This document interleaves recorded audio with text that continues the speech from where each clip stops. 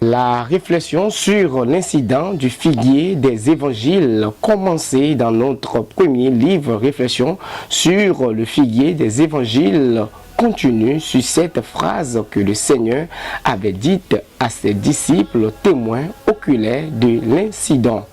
Je vous le dis en vérité, si vous aviez de la foi et que vous ne doutez point, non seulement vous feriez ce qui a été fait au figuier, mais quand vous diriez à cette montagne, ôte-toi de là et jette-toi dans la mer, cela se ferait.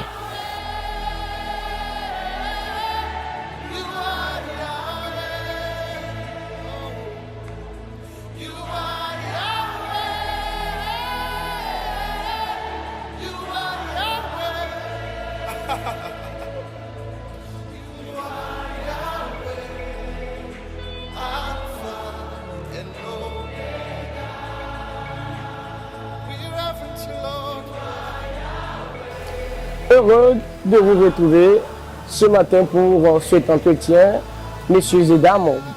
Bonjour, bienvenue à la découverte de ce troisième ouvrage intitulé « Vous ferez ce qui a été fait au figuier ». Bonjour, Mamie Grace. Bonjour, Monsieur Mathieu. Comment allez-vous ce matin? Je vais bien, merci. Nous avons découvert votre troisième livre intitulé « Vous ferez ce qui a été fait au figuier ». Cet ouvrage est le tome 2 de la première, du premier chef-d'œuvre, Réflexion sur le figuier des évangiles. N'est-ce pas, pasteur? Oui, effectivement, ce livre est le tome 2 de notre premier livre, Réflexion sur le figuier des évangiles. Un arbre utile ou inutile pour le maître. Était-ce vraiment nécessaire de rédiger tome 2 de Réflexion sur le figuier des évangiles? Oui, ce tome 2 était nécessaire parce que notre réflexion sur le figuier des évangiles ne s'est pas arrêtée. Comme une source d'eau intarissable, la parole de Dieu nous a encore nourris, et nous avons senti le besoin d'édifier davantage le peuple de Dieu. Gloire au Seigneur. Tout à l'heure, lorsque vous parliez, deux mots me sont venus à l'esprit, puissance et déclaration. Pourriez-vous nous en dire plus, pasteur? Oui, au fait, ce livre parle de la puissance de Dieu et de la démonstration de la puissance de Dieu. Voilà pourquoi nous avons sous-titré ce livre « Une déclaration puissante pour une démonstration de la puissance de Dieu ». Ce livre parle de la puissance de Dieu et de la démonstration de la puissance de Dieu. D'accord. Nous avons suivi le parcours des disciples de Jésus-Christ. Dans le premier livre, dans le premier ouvrage, nous avons vu que le figuier n'avait pas été un arbre inutile. Nous avons vu comment le Seigneur Jésus l'avait utilisé pour enseigner les disciples.